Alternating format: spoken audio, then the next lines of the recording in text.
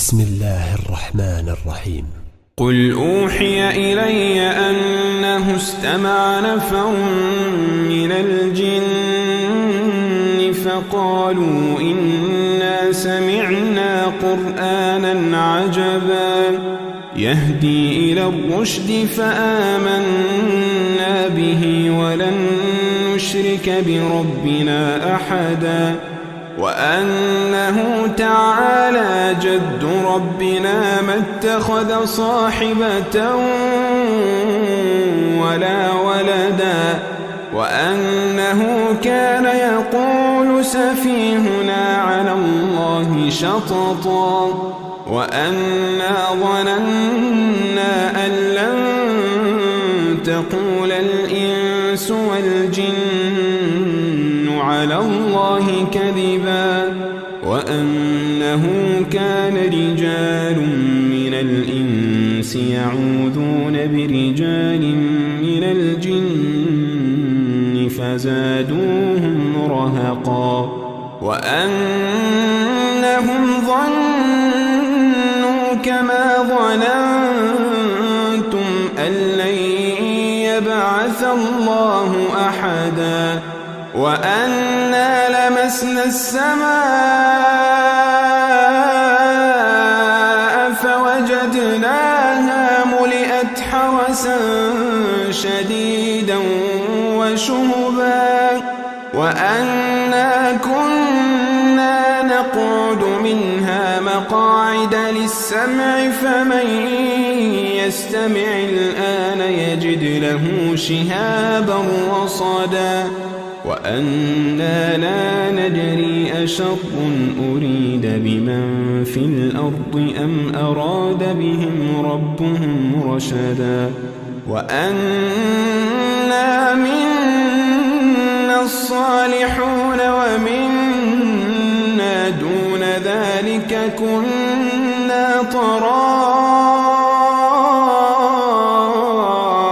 قددا وأنا ظننا أن لن نعجز الله في الأرض ولن نعجزه هربا وأنا لما سمعنا الهدى آمنا به فمن يؤمن بربه فلا يخاف بخسا ولا رهقا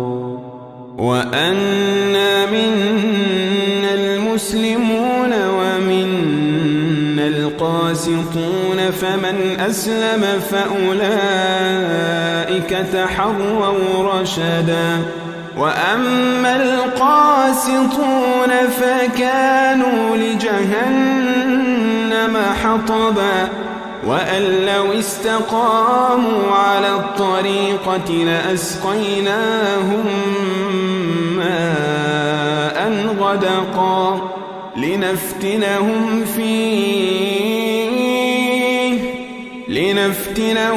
فيه ومن يعرض عن ذكر ربه يسلكه عذابا صعدا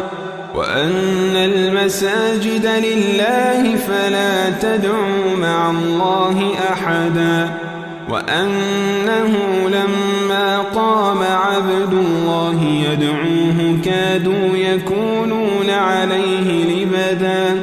قل إنما أدعو ربي ولا أشرك به أحدا قل إني لا أملك لكم ضرا ولا رشدا قل إني لن يجيرني من الله أحد ولن أجد من دونه ملتحدا إلا بلاغا من الله ورسالاته ومن يعص الله ورسوله فإن له نار جهنم له نار جهنم خالدين فيها أبدا حتى إذا رأوا ما يوعدون فسيعلمون من أضعف ناصرا وأقل عددا قل إن أدري أقريب ما توعدون أم يجعل له ربي أمدا